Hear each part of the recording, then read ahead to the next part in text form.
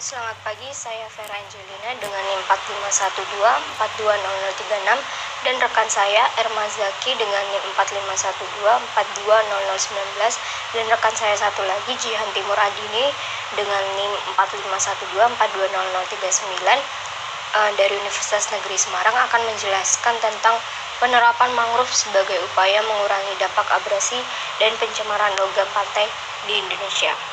Next slide.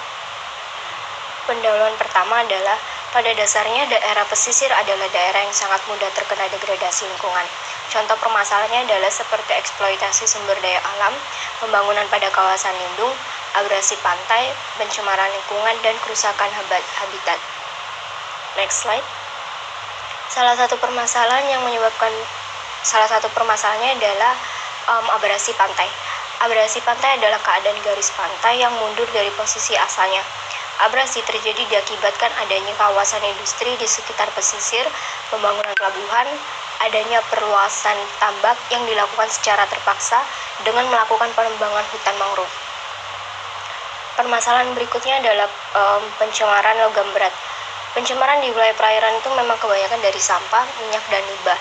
Tapi dari begitu banyaknya limbah yang ada, limbah logam berat merupakan salah satu penyebab yang paling besar dalam kerusakan ekosistem perairan.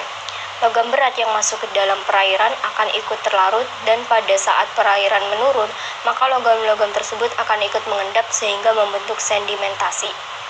Apabila makhluk hidup seperti udang, kerang, dan kepiting mencari makan pada dasar perairan, maka udang, kerang, dan kepiting dapat terkontaminasi logam berat.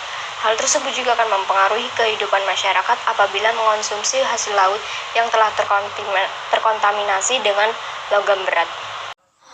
Oke, terima kasih kepada saudari Vera Angelina yang telah menjelaskan pada materi sebelumnya. Saya izin melanjutkan. Di sini saya akan menjelaskan tentang jenis logam. Nah, jenis logam itu sendiri terbagi menjadi dua. Yang pertama ada logam esensial dan yang kedua ada non-esensial. Nah, logam esensial itu sendiri dibutuhkan organisme dalam jumlah sedikit dan berfungsi dalam fisiologis dan biokimia. Sedangkan non-esensial adalah logam yang dapat tertimbun dalam jaringan tubuh dan bersifat racun. Selanjutnya yaitu logam yang sering mencemari lingkungan. Yang pertama ada tembaga, yang kedua ada nikel, yang ketiga ada kromium, dan yang keempat ada kadmium. Selanjutnya ada arsenik, timbal, dan merkuri. Mungkin materi selanjutnya akan dijelaskan oleh saudari Erma Zaki, kepadanya dipersilahkan. Terima kasih. Oke, baik. Terima kasih kepada Jihan. Selanjutnya akan dijelaskan oleh saya, Erma Zaki, dengan NIM 4512420019. Oke, baik. Selanjutnya yaitu dampak ekonomis dan biologis. Untuk yang pertama, ada fungsi biologis dari ekosistem mangrove.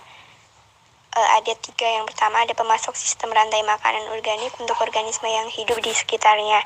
Yang kedua ada penyedia energi bagi makhluk hidup dan sejarah yang dihasilkannya. Dan yang terakhir ada habitat untuk berbagai jenis hewan dan berbagai biota laut seperti ikan, burung, kepiting, udang, dan lain-lain.